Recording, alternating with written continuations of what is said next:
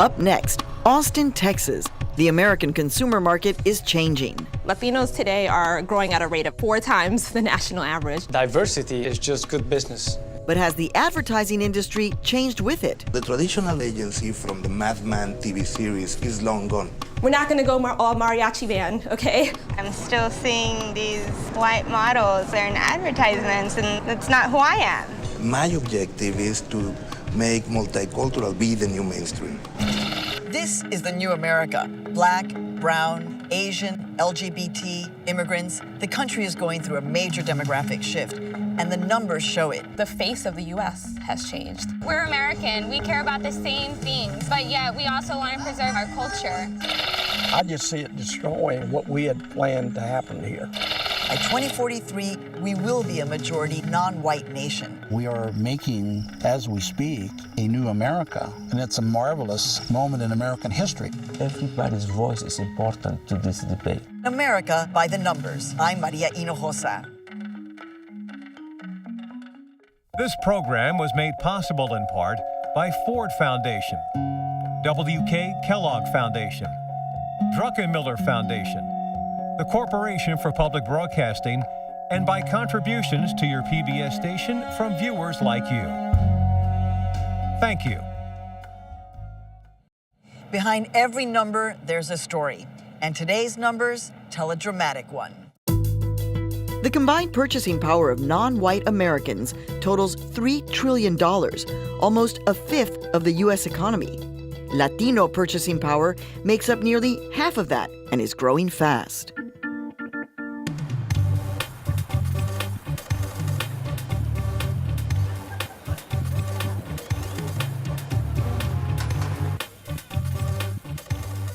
The demographic changes happening nationwide are on full display here, deep in the heart of Texas. With an already multicultural majority, its capital city, like much of the nation, is a fusion of diverse cultures. The demographic dominance of Latinos and other ethnic groups is having a profound effect on consumer culture as we know it. And in order to stay competitive, brands need to reach diverse consumers now. We've come to Austin, Texas to see how this all plays out in the high-stakes world of advertising. This is LatinWorks, a leading ad agency with a specialty in multicultural campaigns. Sergio Alcocer is president and chief executive officer. Wow. So this is a great office. So this is my office, yes. What is this? These are photos that I did to create the Hispanic American version of American Gothic. What I'm communicating here is that the future is changing, and I hope nobody gets offended, but I have no problem with creating that tension. We started in 1998 as a Hispanic agency. As a Hispanic? As a Hispanic agency, yes. And it was a very interesting time in the U.S. to be a Hispanic agency. Advertising was very ugly, actually. There was a lot of stereotypes and a lot of patronizing, and American brands basically treating Hispanics almost as the lowest common denominator and you know, trying to connect with them in a very simplistic way. But we wanted to be a little more up to speed of what really was happening and looking at the trend, looking at the future. Traditionally, there have been 2 target groups, the general market and a smaller multicultural market divided by ethnicity. Today, a new total market has emerged, which aims to reach everyone. But at its core, Latino women and millennials, the primary targets because their purchasing power is on the rise. Why don't we start with some radio? In the LatinWorks War Room, high-stakes pitches are made to top-tier clients with multi-million-dollar budgets. Today, they're presenting to Lizette Williams, who leads multicultural marketing strategy at Kimberly-Clark. Under her direction, this consumer products giant is launching its first national campaign to be centered around Latino cultural references. We're not gonna go all mariachi band, okay? Let's really think strategically about who she is, what drives her heart, you know, and how do we reach her in a really special way so that we understand, and she understands, that we get her. Lizette is referring to Latino women, who control the lion's share of the growing Latino purchasing power. In fact, 86% of Latinas report that women are the primary shoppers in their household, compared to 75% of U.S. women as a whole. So brands are working hard to connect. For Kimberly-Clark, makers of well-known household products like diapers and paper towels, Latinworks created the Fun Song campaign, celebrating family. So when you share that ringtone with your family, you can say like, okay, whenever anyone from my family calls, I'm going to somos la familia Williams, and get that in your phone.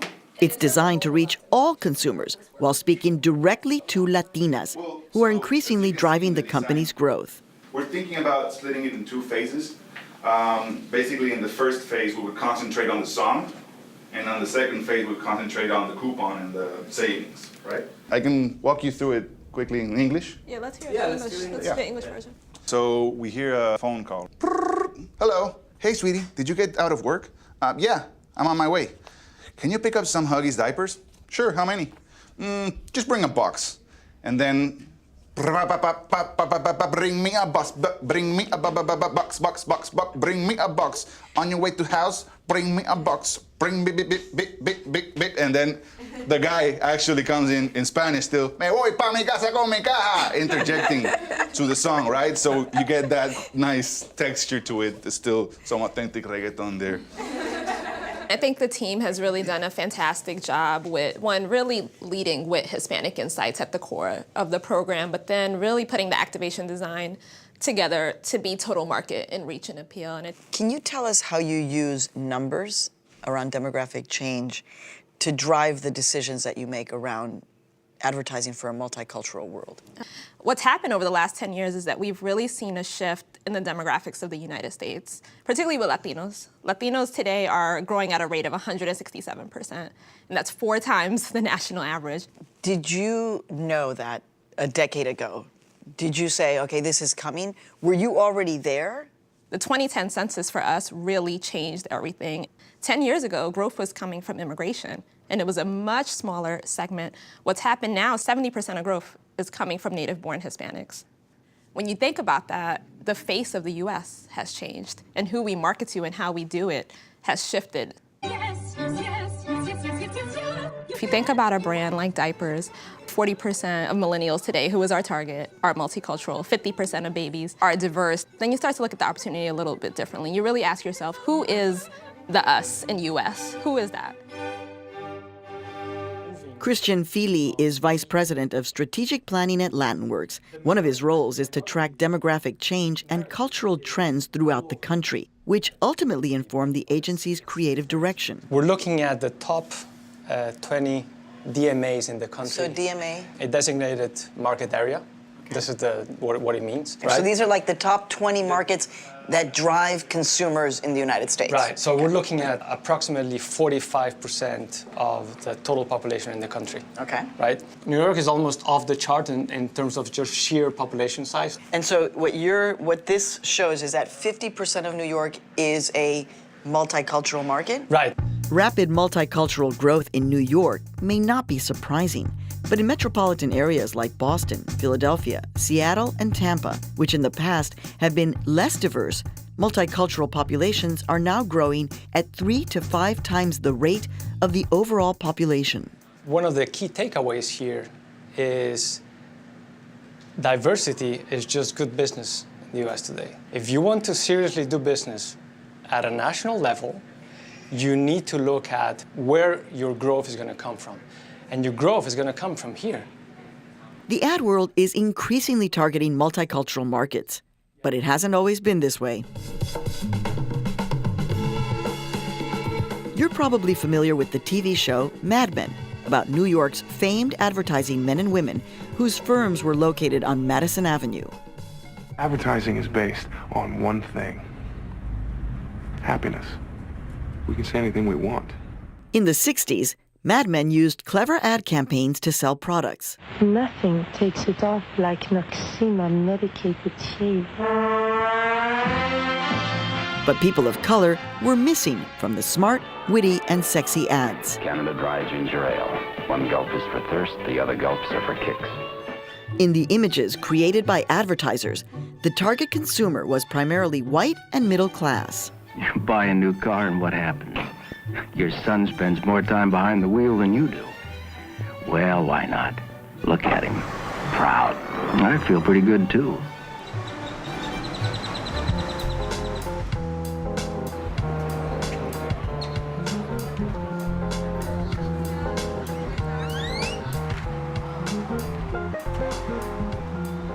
Rachel Neal is an assistant professor of sociology at St. Edward's University. Cazique J. Prince founded a firm that provides cultural competency training. They organize diversity meetups around Austin. For them, examining images in advertising is second nature. When you think about advertisers who are trying to get you guys to buy their products, do you feel like they understand who you are? No, I don't think they understand. I think they're taking a nice stab at it. It's definitely different than, the commercials of the past, when I was growing up. My clothes smell fresh and clean. Bounce, bounce, my socks don't cling. I was just glad to have a commercial with a black person in it. I was One. like, yeah, one, the token. So you're like, ooh, black people. Whereas now, as a savvy consumer, I want more than just a representative. I need to have more than just one black character. And even something that's just a little more creative. I find that most depictions of people of color in advertising just rely on the same old tropes, just the same old pre-existing stereotypes. Just for fun of it, Jello tonight. Historically, the advertising industry has used stereotypes as a go-to mechanism to sell products. The Frito Bandito make the magic. I turn your Fritos corn chips into my Fritos corn chips. People of color have often been depicted as inferior to whites, and women have been portrayed in submissive roles. And as recently as 2013, big-name brands like PepsiCo were forced to apologize for commercials deemed by critics and consumers to be racist and misogynistic. All right, man, we got them all lined up. Nail this little sucker. Come on, which one is he? Point to him. No, I can't do this. No, no, no, no, no, no. Latin Works references cultural stereotypes, but turns them on their head. In 2007, they created a commercial for the Super Bowl, the most watched program on American television, with over 40% of all U.S. households tuning in. The Super Bowl in the United States is very important because it's the only moment in which Americans care about advertising, right? So we created a TV spot which was an anticipation of this multicultural society in which Hispanics are going to lead the multicultural movement. It was an important moment at the agency. Okay, class. If you're in the South, you say, "Hey, feller, give me a Bud Light." Hey, fella, give me a Bud Light. In New York, you say, "Hey, give me a Bud Light." You got a problem with that? Bud Light, you got a problem with that. In East LA, you say, "Give me a Bud Light, Holmes." Give me a Bud Light, Holmes. More importantly, if somebody asks you for a Bud Light, you say, "Don't speak English." The strategy paid off. You can see the plot of these minorities to beat the man, let's say, right? Recognizing I'm different, but I'm gonna take that difference and make it my strength, my power.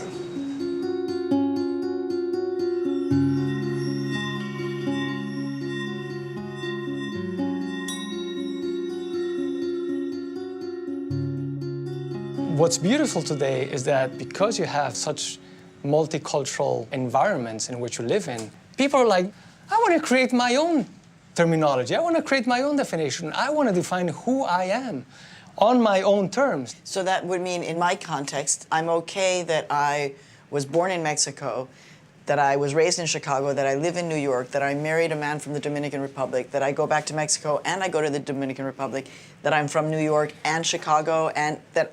You're not just okay, but you're proud of it and you brag about it. Right. Which I think is fantastic. That's fantastic. Right. And that's what people are doing. I am Latin. African American. Mexican. Texan. Chinese American. Latino. Cubana. Biracial. Gay.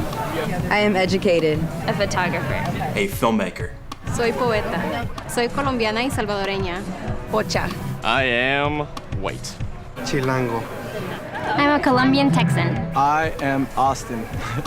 I am A millennial. whatever I want to be. Larger than the baby boomer generation, millennials, those between the ages of 18 and 34, make up nearly a quarter of the entire U.S. population. Of the 74 million millennials in the country, more than 1 in 5 is Latino.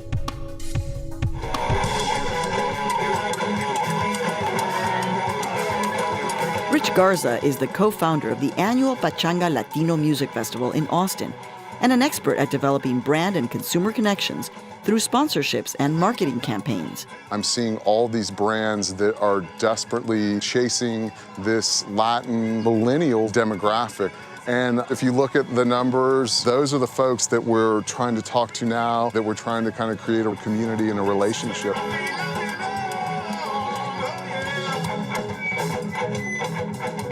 I kind of jokingly call this sort of the festival of the future, just based on who we're talking to and how we're programming it. Millennials from across the state of Texas and beyond attend the festival, and consumer branding to connect with them is everywhere. I spoke with Cristina Ibanez, one of the many Latino millennials at the festival, who talked about why the sponsors and advertisers here resonate with her. We're American. We care about the same things, but we also want to preserve our history. We want to preserve our culture. I think a lot of the sponsors that are here actually are the ones that are trying to learn something about our culture. Whataburger, for example, I know they have a really strong Latino campaign going. Whataburger is the nation's 8th largest burger chain, spanning from Arizona to Florida. Cool. Okay, so you go first. In recent years, they've expanded digital, mobile, and Latino marketing. The one thing I like about Whataburger is that they use hashtags, they use Twitter, they're using Instagram, and that's where it's at. That's where people like me are going. The way that the world works now, marketing, messaging is just ubiquitous. It's everywhere. That's why we have to do a good job and do impactful things with our sponsorship so that we're not just throwing stuff out there, but we're really thinking about what we're doing, trying to connect with young bicultural millennials.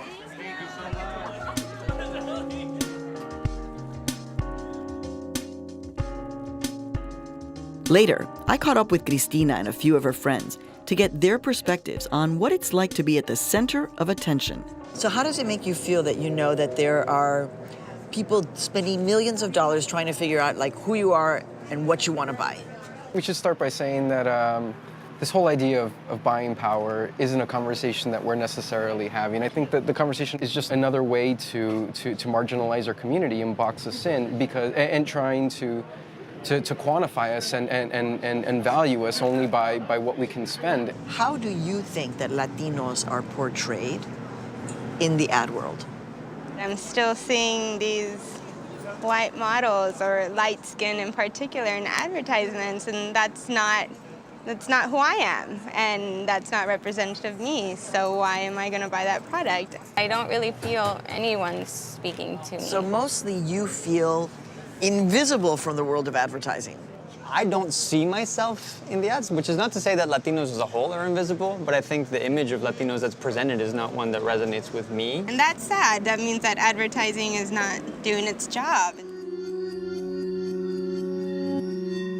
At the pitch wall, back at the Latinworks War Room, I wondered how the agency responds to consumers, like the group of millennials I met, who don't feel represented. As the supervisor of casting, when you want to create an image of what a real Latino looks like, how do you do that as you cast? I don't think that there's one look for the real Latino. We are not a monolithic group. There's Black Latinos that are absolutely underrepresented in advertising. There's Asian Latinos. There's blonde Latinos, there's red-headed Latinos, then there's brown Latinos, etc. And in that sense, how does a Latino look? It's a gigantic question. So this makes your work incredibly challenging. Incredibly challenging and incredibly motivating, because I think it's important that we move into being more real. In 2008, after a 28% drop in its Latino sales, the Mars Corporation approached Latinworks to help boost its Starburst brand. We created a spot that didn't even acknowledge nationality or origin and just went to the mindset of being a teenager.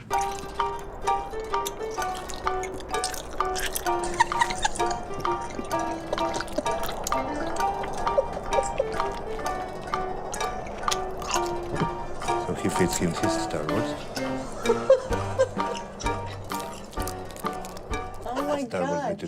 Now that kid, is that a Latino kid? That kid was actually a Latino kid, but it doesn't matter. The important thing is that we were talking to teens. and you know, a teen is a teen first and a Latino teen second. He looks a little bit like the Llama. Yeah, well, that was the cast. They're good friends. They're good friends. The commercial was a hit. The advertising industry awarded Latinworks a Cannes Lion, the equivalent of an Oscar for the llama spot. Latino sales for Starburst went up by 15%, and the Mars Corporation increased budgets and new business for Latinworks. Toma unos sneakers. Mejor? Mejor. Every single year of the past decade, budgets for Latino ads have grown faster than the rest of the industry. From 2003 to 2013, spending nearly tripled. At Latinworks, the team straddles the line between creating ethnic-specific advertising and ads that connect with everyone. So how do you as a team kind of feel about creating the image of the new normal, the new mainstream in the United States, all of you? What I focus on is just, what do I want to hear? It simplifies it because, you know, I'm basically writing creative a lot of times for myself. My wife is the consumer, I'm the consumer. My brother, who just moved to the US, also is the consumer. And then I try to, you know, see different points in the life of a multicultural target person here. But yeah, sometimes I forget about that yes, we're creating that new normal. But as a whole, is the ad industry keeping up? Consumer voices demanding change have gotten louder, and brands appear to be responding. Do you guys feel that advertisers have done something right? At any time, can you think of a commercial or of an ad where you were just like, wow. Well, that Cheerios commercial was Cheerios. super cute. Mom. Yes, honey? Dad told me that Cheerios is good for your heart. Is that true? The Cheerios commercial was actually creative. It was different than what we normally see. And I think people really responded to that.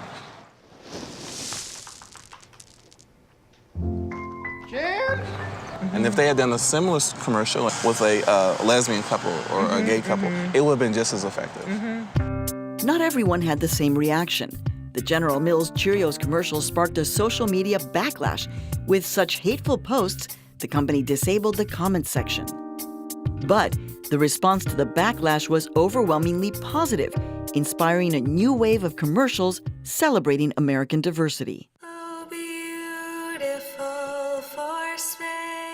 Skies. Por tus olas de granos ámbar.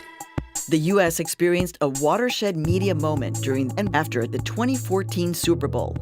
3 commercials highlighted the multicultural transformation. Cheerios came back with a sequel to their biracial family spot. Coca-Cola presented a commercial with diverse Americans singing America the Beautiful in different languages. And a Chevrolet ad included gay parents, single parents, and multi-generational households. Other brands followed suit.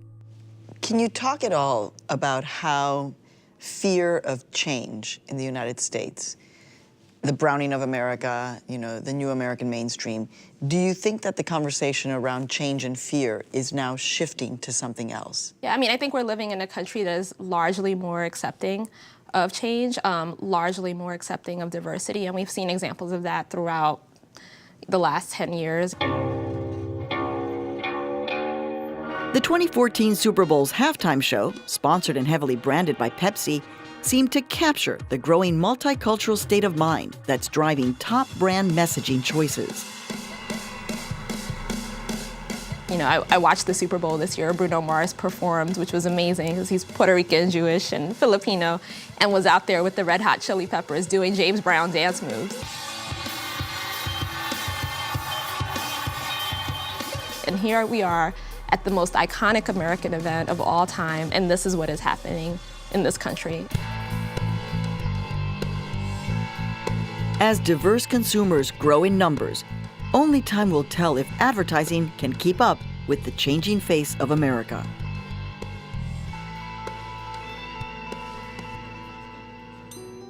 Since my visit to Latinworks, the agency's been awarded new Budweiser business and gained Marriott as a client. It's listed as the top revenue-earning Latino ad agency in the country and is poised to have a strong close this year. Lizette Williams was named one of Advertising Age's 2014 Women to Watch for her total market efforts at Kimberly-Clark. Rich Garza expanded the Pachanga Music Festival beyond Austin with a Red Bull-sponsored concert tour across the state of Texas. And recent projections estimate that by 2050, Latinos will account for almost a third of the U.S. population, positioning the multicultural consumer market to play an even larger role in our economic growth.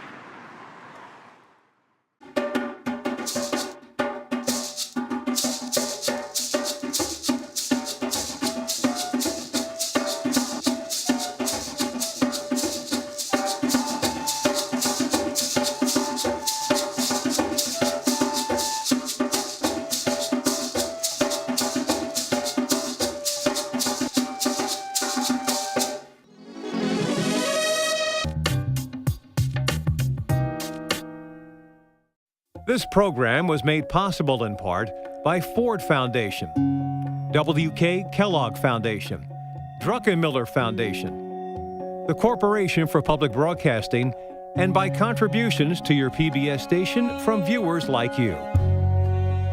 Thank you.